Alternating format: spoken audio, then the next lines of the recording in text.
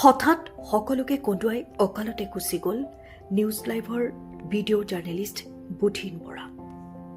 তিনিচুকীয়াৰ নিউজ লাইভৰ video' journalist Budhin বৰাৰ অকাল বিয়োগত সমগ্ৰ জিলাখনতে শোকৰ ছাঁ পৰিছে।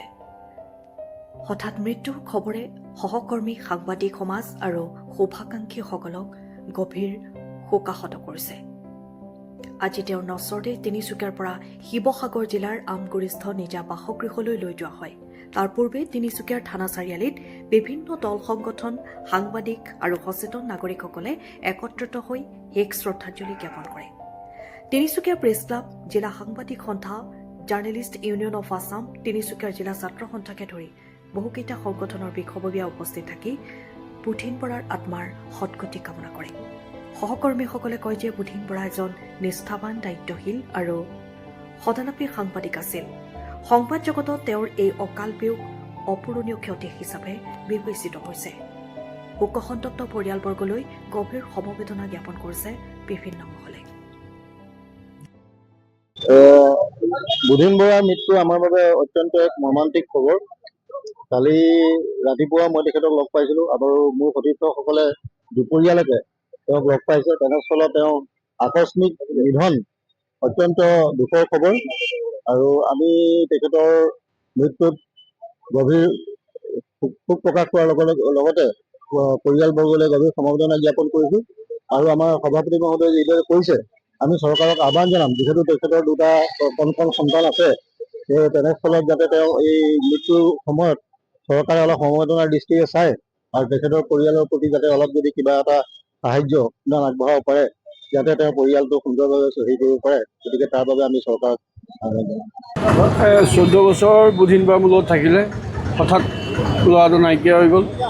সি কেমেৰামেন পিছত আছিলে, কিন্তু মোৰ ভাই হিচাপে প্ৰথম আছিলে, সহকৰ্মী হিচাপে প্ৰথম আছিলে। আৰু সঁচা কথা ক'ব গ'লে মোৰ নিজৰ আজি সোঁহাতখন হেৰুৱা যেন লাগিছে। এতিয়াও মই ক'ব পৰা নাই বুধিন সঁচাকৈ আমাক এৰি গ'ল নে নাই। এইটো নিউজ লাইভৰ কাৰণে হয় কি নহয় নাজানো মই, কিন্তু মোৰ কাৰণে এইটো এটা ডাঙৰ ক্ষতি, মই এইটো পাহৰিব নোৱাৰোঁ। अभी के सुबह में हम सभी एक साथ, बुधिन हमारे साथ था, हम सभी ने वहाँ मेडिकल चेकअप भी करवाया। कल उसके बाद दिन के 2 बजे मैंने उसे थाना चारली में देखा है।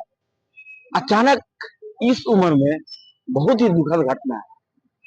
भगवान उनके परिवार को शांति प्रदान करे, बुधिन की आत्मा को शांति प्रदान करे।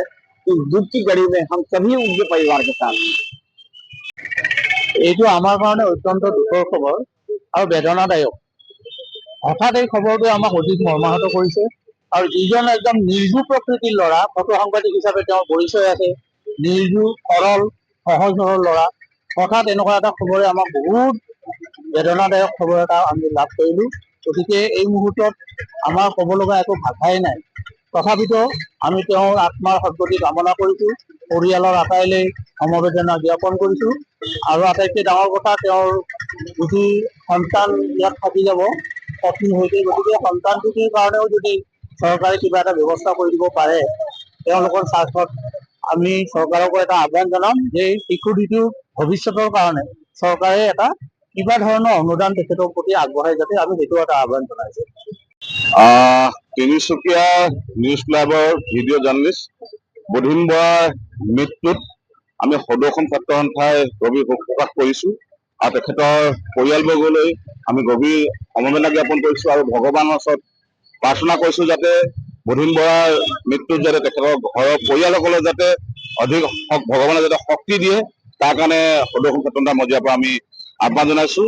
লগতে বুধিন বৰা আছিল সকলোৰে লগত মিলিজুলি থকা আছিল।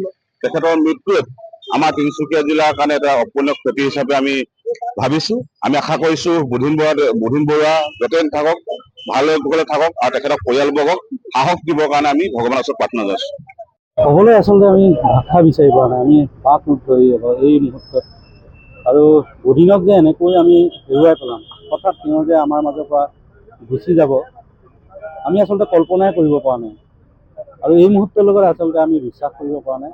সদায় আমি লগতে হাঁহি ধেমালিৰে তেওঁ কামবিলাক কৰি যায় আৰু যথেষ্ট কামত তেওঁ কোনো কাম আচলতে এৰি নাযায়। আমি যিহেতু লগ পাইছোঁ তিনিচুকীয়াত যেতিয়া আহিছিল অত্যন্ত ভদ্ৰ আৰু নম্ৰতাৰে সকলোকে হহুৱাই থাকিল। কিন্তু আমি আজি সঁচাকৈ ক'বলৈ ভাষা নাই, একো ভাষা বিচাৰি পোৱা নাই। বাক ৰুদ্ৰ আজি মই ইমানেই ক'ব বিচাৰোঁ। সাংবাদিক সন্থাৰ কাৰণে এজন সতীৰ্থ সাংবাদিকক হেৰুৱাই সকলো আজি মৰ্মাহত হৈ আছে।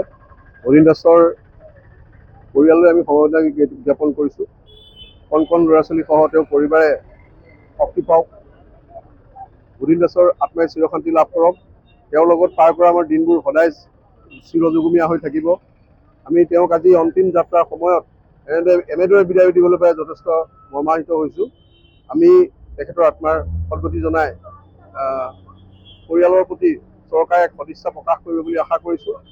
এই কণ কণ ল'ৰা ছোৱালীকেইটাৰ প্ৰতি অসম চৰকাৰৰ তৰফৰ পৰা যদি কিঞ্চিত মানুহ সহায় হয়, তাৰ বাবে আমি অসম চৰকাৰলৈ অনুৰোধ জনাইছোঁ।